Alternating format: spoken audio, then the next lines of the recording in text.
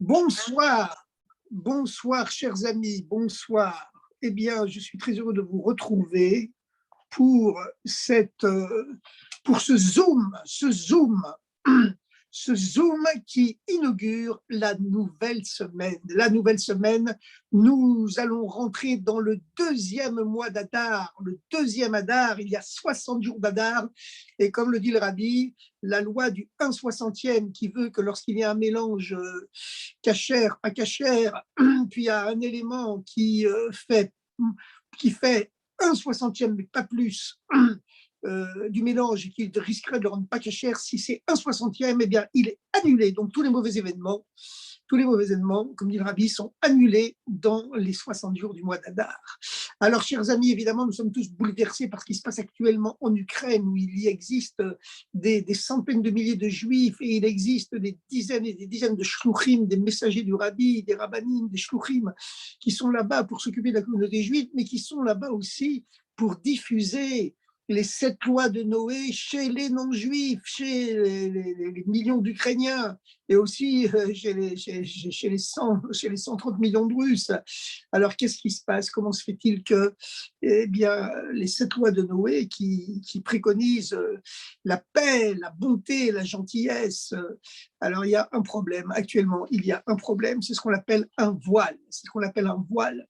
Mais vous savez, lorsque Moshe Rabbeinu a voulu rentrer dans le Mishkan, eh bien, il y avait un tel voile dans le Mishkan, une telle fumée, la nuée remplissait le Mishkan et Moshe ne pouvait pas y entrer. Et finalement, c'est de l'intérieur de la nuée que Dieu a appelé Moshe. C'est le début du Sefer Vaïkra, Vaïkra El Moshe. On ne dit pas qui appelle, il n'y a pas écrit Vaïkra Hashem El Moshe, il y a écrit simplement Vaïkra El Moshe, parce que c'est l'essence de Dieu qui est au-delà des noms, qui a appelé Moshe du fond de la nuée, du fond des ténèbres. Alors donc, comme nous dit le Rabbi, vous savez que le monde, il suit le modèle de la création, parce que la création, elle est permanente. Lorsque Dieu a créé le monde, pour qu'il y ait une place pour le monde, Dieu a dû enlever sa lumière de l'espace spirituel, hein, l'espace existentiel, parce qu'il n'y avait pas d'espace physique encore. Donc, le monde est apparu comme vide de Dieu. Voilà, où est Dieu? Où est Dieu? C'est la question qu'on pose toujours quand les choses ne vont pas aussi bien qu'on souhaiterait qu'elles aillent. Eh bien, malgré tout, c'était nécessaire pour qu'ensuite il y ait de la place pour créer ce monde magnifique avec des paysages merveilleux, purs, sans pollution, d'accord, l'Everest, l'Himalaya, la Méditerranée, etc., et toutes les galaxies proches et lointaines. Mais auparavant, il y a le Tzimtzum, il y a ce qui nous semble être une absence de Dieu, alors qu'en vérité, c'est simplement que Dieu se met en retrait pour qu'il y ait une place pour le monde, pour qu'il y ait une place pour l'histoire, pour qu'il y ait une place pour la vie. Voilà. Comme le Rabbi l'avait dit lorsque on lui avait fait une fois une prise de sang, il avait demandé à l'infirmière: qu'est-ce qui fait rentrer le sang dans l'ampoule? Est-ce que c'est la pression sanguine ou est-ce que c'est le vide de l'ampoule? Et l'infirmière avait répondu: c'est le vide de l'ampoule. Alors le Rabbi a répondu: dans le judaïsme, c'est pareil. Chaque fois que Dieu va envoyer une nouvelle bénédiction dans le monde, il n'y a pas de place, le monde est déjà rempli de bénédictions. Alors il faut un vide, il faut un vide. Et ce vide, voilà, comme on dit, va borreken bomaim, la fosse est vide, il n'y a pas d'eau, mais s'il n'y a pas d'eau, il y a des scorpions et des serpents. Et ben voilà, donc on sait que toute descente, c'est pour une montée qui va venir plus tard. Donc certainement, et même le Rabbi dit, ça fait partie de la montée, ça fait partie de la montée et la descente. En tout cas, nous prions pour que la raison, cette dimension messianique que le Rabbi avait dévoilée à la fin de sa mission dans ce monde-ci, hein, dans les années 89, 90, 91, lorsque l'URSS s'était dissoute et que tous les pays qui auparavant étaient soumis à la dictature, soi-disant du prolétariat, en réalité à la dictature communiste tout court, hein, la dictature de Moscou, ils avaient tous proclamé leur indépendance, et puis maintenant, c'est vrai qu'il y a un retour en arrière. Il est véridique, c'est vrai qu'il y a un retour en arrière. Mais bon, nous avons conscience que malgré tout, ce dévoilement messianique qui s'est produit à travers le Rabbi, eh bien, il continue d'habiter ce monde, il le pénètre et le monde ne retournera jamais à la case départ qu'il y avait auparavant. Il y a cette dimension messianique qui l'a pénétré et qui restera malgré les retours en arrière. comme, comme il y en a, comme nous le voyons actuellement. Alors, nous sommes dans la paracha de Picoudé. La paracha de Picoudé, c'est une paracha particulière, très spéciale, parce que véritablement, lorsqu'on lit la Torah avec un œil extérieur, on se dit, mais pourquoi toutes ces répétitions? Pourquoi toutes ces répétitions? On ne comprend pas quel intérêt de répéter sans arrêt toutes les composantes, tous les matériaux qui ont servi à fabriquer le Mishkan, le temple du désert. On l'a déjà dit dans la paracha de Trouma, on a continué dans la paracha de Tetzavé, et ensuite il y a eu l'interruption de la paracha Kitissa qui marque la chute, le péché du veau d'or, et puis le pardon de Dieu, et Moshe qui descend avec les tables de la loi et qui font briller son visage comme un soleil, au point qu'il est obligé de porter un masque.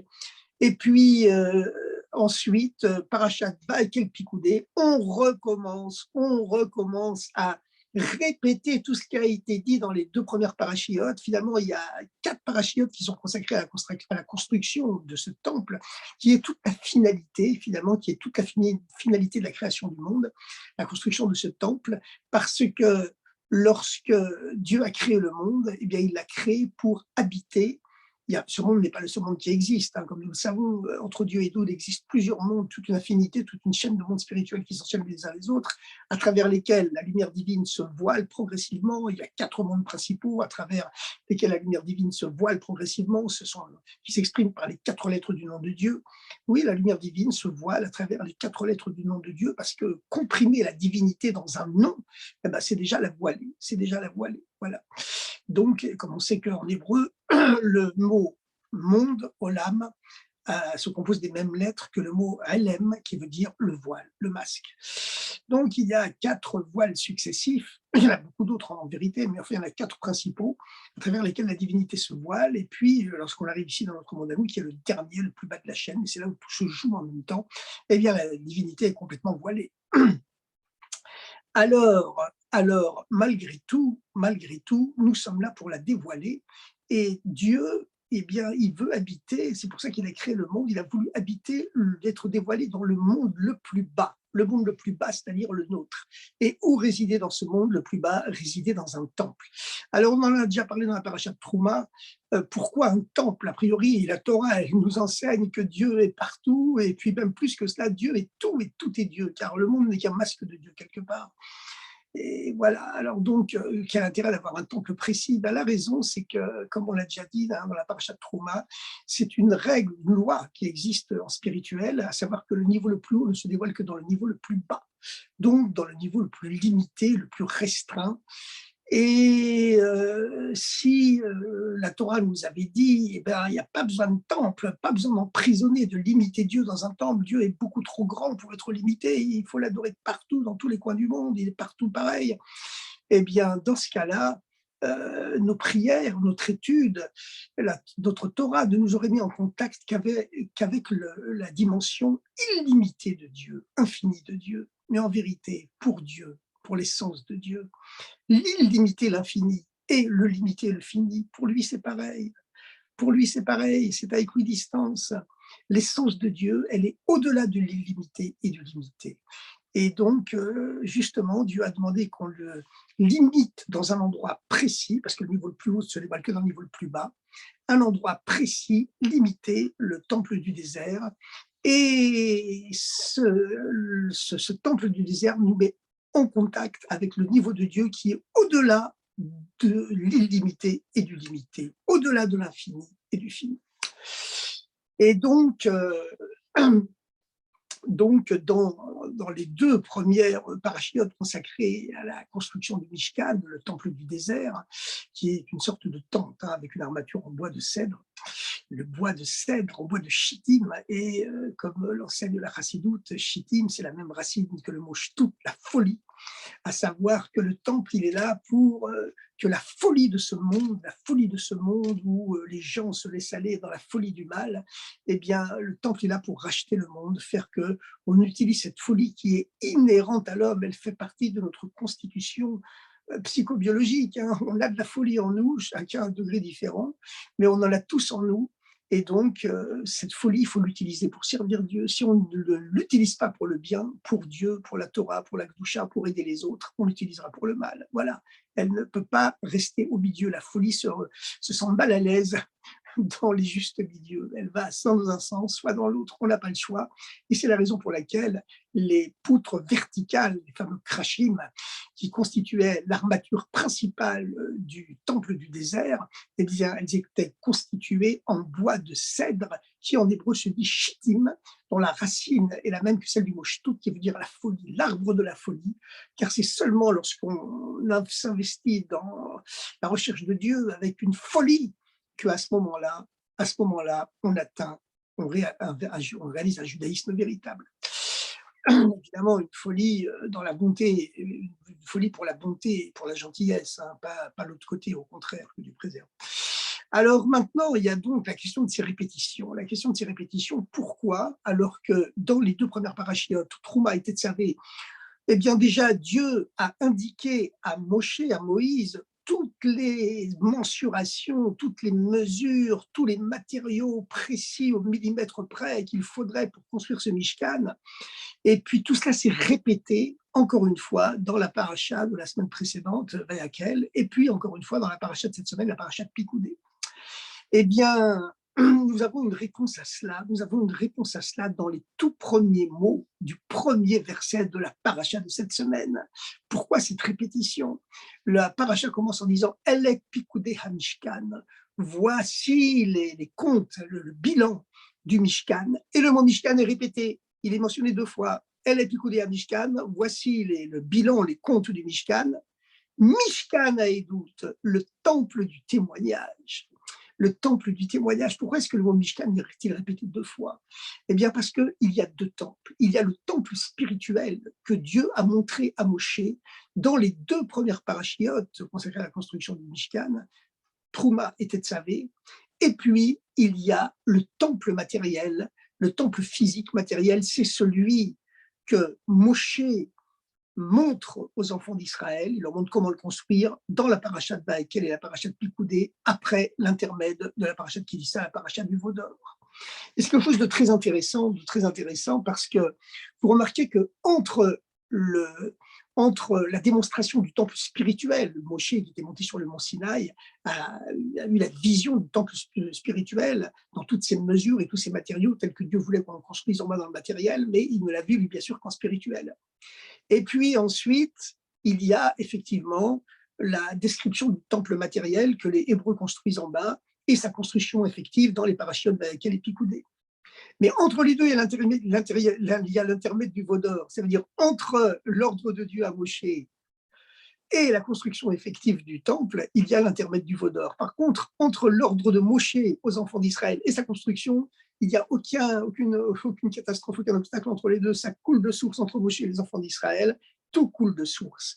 Et de là, on tire l'importance, l'obligation, le côté incontournable de s'unir, de se lier à un tzaddik, à un rabbi, qui, bien que, vous savez, il y a deux sortes d'intermédiaires dans le judaïsme. Il y a l'intermédiaire qui fait quelque part obstacle entre les deux parties qu'il veut unifier, il faut absolument passer par lui, mais l'intermédiaire juif, l'intermédiaire qui est le rabbi, le Moshe qui existe à chaque génération, c'est pas du tout ça, c'est qu'il se tient en retrait et il permet à chaque juif de se connecter directement avec le bon Dieu. Alors je pense notamment à ce Mifsat Philippe, vous savez qu'on a des problèmes dans le monde, le rabbi demande de réactiver puissamment, d'intensifier les mifsaïm, et en particulier le mifsat Philippe, qui a été le premier mifsat du rabbi, la première campagne du rabbi, la première des fameuses 10 campagnes que le rabbi avait lancées en 1967 à la veille d'ailleurs des 6 jours. Et après l'ailleurs des 6 jours, quand on lui a demandé mais pourquoi vous avez choisi les téphilines précisément, il a dit que les téphilines ont cette capacité de faire tomber la peur sur l'ennemi. Voilà. Comme il est écrit, tous les peuples du monde verront le nom de Dieu écrit sur toi, inscrit sur toi, et ils auront peur de toi. Et ça veut dire ils auront peur, on ne vit pas pour que les gens aient peur de nous, hein, mais souvent, bah, c'est comme un professeur qui rentre en classe, hein, il faut que les élèves aient une certaine crainte, un certain respect, voilà. Et après, à ce moment-là, ils pourront vraiment profiter de tout l'amour que le professeur veut leur donner. Et ben nous, les enfants d'Israël, nous, les Juifs, on est un peu le normalement, on est le professeur du monde. C'est nous qui devons montrer l'exemple au monde entier, de les guider sur la voie du Mashiach, sur la voie du Messie. C'est nous qui avons reçu cette mission, ce message. Et donc, voilà, donc on est le professeur, donc il faut du respect. C'est comme ça. Alors maintenant, maintenant, il faut remarquer une chose, c'est que le terme Mishkan Haedut, temple du témoignage, il n'est dit que sur le temple matériel, que sur le deuxième. Le temple spirituel n'est pas le temple du témoignage, c'est seulement le deuxième, avec la répétition, la fameuse répétition du premier verset de la paracha. Elle est écoutée à Mishkan, voici les comptes et bilans du Mishkan. Mishkan Haedut, le temple du témoignage qui témoigne de la présence, de la véracité de Dieu dans l'univers, c'est seulement le temple matériel, le temple physique. Parce qu'en réalité, le spirituel ne provient que d'un voile de Dieu. Dieu se voile et donc il se dévoile à travers le spirituel. Mais dans le matériel, eh bien, le matériel, il n'est pas créé par un voile de Dieu, il est créé directement du néant à l'être. Et dans le matériel se dévoile l'essence de Dieu, justement cette essence de Dieu qui est au-delà du fini et de l'infini, au-delà du limité et de l'illimité, et qui se dévoile dans le niveau le plus bas, toujours. C'est pourquoi le premier mot des 10 commandements, c'est un mot égyptien. Anochi, c'est moi qui suis, Hachem, Dieu, le Dieu transcendant, et le Kérat, ton Dieu, le Dieu immanent. Eh bien, le premier mot, Anochi, c'est un mot égyptien, alors que l'Égypte, à l'époque, c'est le pays de la vulgarité, c'est le pays de l'immoralité totale, même l'amoralité, un pays sans morale, où les pharaons épousent leurs sœurs, montrant l'exemple à toute la population. Voilà, c'est le pays de l'inceste généralisé, c'est vraiment le pays du fond de l'abîme sur le plan de la moralité humaine. Et voilà, l'inceste a été prohibé dans toutes les civilisations quasiment préhistoriques, sauf en Égypte, qui est véritablement, lorsqu'on dit que l'Égypte, c'est le pays où l'exil de Dieu a été le plus profond et où les étincelles divines ont été les plus nombreuses à être élevées, et où l'exil a été le plus dur, eh bien, voilà, hein, il fallait purifier l'Égypte pour que le monde soit capable, soit digne de recevoir la Torah. Aujourd'hui, il faut purifier l'ensemble de la planète pour que le monde soit apte à recevoir la Torah du Mashiach. C'est toujours le même principe, mais avec un niveau encore beaucoup plus haut. Eh bien, chers amis, en vérité, donc, il n'y a pas de répétition, il n'y a pas de répétition, au contraire, parce que c'est dans le temple matériel que se dévoile l'essence de Dieu. Et nous avons d'ailleurs le même genre de questions lorsqu'on est dans Parashat Nassau, la fameuse Parashat Nassau, où tous les princes des 12 tribus d'Israël viennent apporter leur sacrifice pour l'inauguration du temple du désert, le Mishkan, et ils apportent tous exactement le même sacrifice qui est mentionné dans tous les détails, sans aucun changement, 12 fois de suite. Alors on se demande pourquoi cette répétition. Ben, la raison, c'est qu'en vérité, à travers le sacrifice de chaque tribu, par son sacrifice, qui est animé d'une kavana, d'une intentionnalité différente, fait descendre dans le monde, matérialise dans le monde une lumière divine, une force divine différente. Et c'est la raison pour laquelle, avec la Torah répète 12 fois de suite le même sacrifice apporté par les 12 chefs de tribu, parce qu'à chaque fois, lorsqu'on lit chaque année la parashat Nassau, et bien lorsqu'on lit chacun des 10 sacrifices en détail, et bien que les 12 sacrifices en détail, bien qu'ils soient exactement les mêmes, ça fait descendre à chaque fois une bénédiction, une force divine différente. Et toutes ces forces divines, elles se matérialiseront sur le Mashiach. Alors, chers amis, donc, nous avons, voilà, c'est ce qu'on peut dire sur cette paracha de cette semaine qui clôt la construction du Mishkan, voilà. Et la paracha Vayakhel Pikoudé, c'est la dernière paracha que, où le rabbi a parlé avant de perdre la parole. C'était le 27e jour du mois d'Adar. Aujourd'hui, nous sommes le 27e jour ce soir, le 27e jour du mois d'Adar. Le rabbi a été frappé malheureusement de son AVC, sa commotion cérébrale, lorsqu'il était au OL, le soir du 27 Adar. Et puis 2 ans plus tard, toujours en ce même jour du 27 Adar, il a eu cette deuxième commotion cérébrale. Alors, évidemment, c'est un jour très spécial, hein, Zayin, 27 en hébreu, ça c'est Chav Zayin. Chav Zayin, c'est les lettres de Zar, la pureté. On ne sait pas pourquoi on dit que les souffrances des tzadikim, c'est pour les tzadikim, les justes, prennent cette souffrance pour en épargner le peuple juif. Ils prennent toutes les fautes et tous les mauvais décrets qui auraient pu avoir sur le peuple juif, ils le prennent sur eux. En vérité, le rabbi a eu une fin de vie, évidemment, en apothéose, hein. Il était reconnu comme une autorité morale de premier plan aux États-Unis. Il a, à travers sa prière, à travers sa lumière, eh bien, le monde a complètement changé. On a véritablement vu des signes messianiques dans le monde comme on n'en a jamais vu dans toute l'histoire de l'humanité, avec l'implosion de l'empire communiste, avec les miracles complètement surnaturels de la guerre du Golfe, etc., etc., où Israël était protégé de façon complètement miraculeuse, et où le rabbi, seul face au monde entier, défiait tous les médias et tous les gouvernements du monde qui affirmaient qu'il y aurait des Scuds qui s'abattraient avec des textes chimiques, etc., des gaz d'asphyxiant que des préserves sur Israël, et le rabbi seul face au monde entier, contre le monde entier, et qui disait seul contre tous, tout le monde doit se rendre en Eretz Israël actuellement, c'est le lieu le plus sûr du monde. Et on a vu les miracles complètement fous de cette guerre du Golfe où il n'y a eu aucune victime, mis à part malheureusement, les gens qui s'étaient étouffés avec leur masque à gaz, dont le rabbi avait dit qu'on n'en aurait pas besoin et qu'il ne fallait pas les utiliser.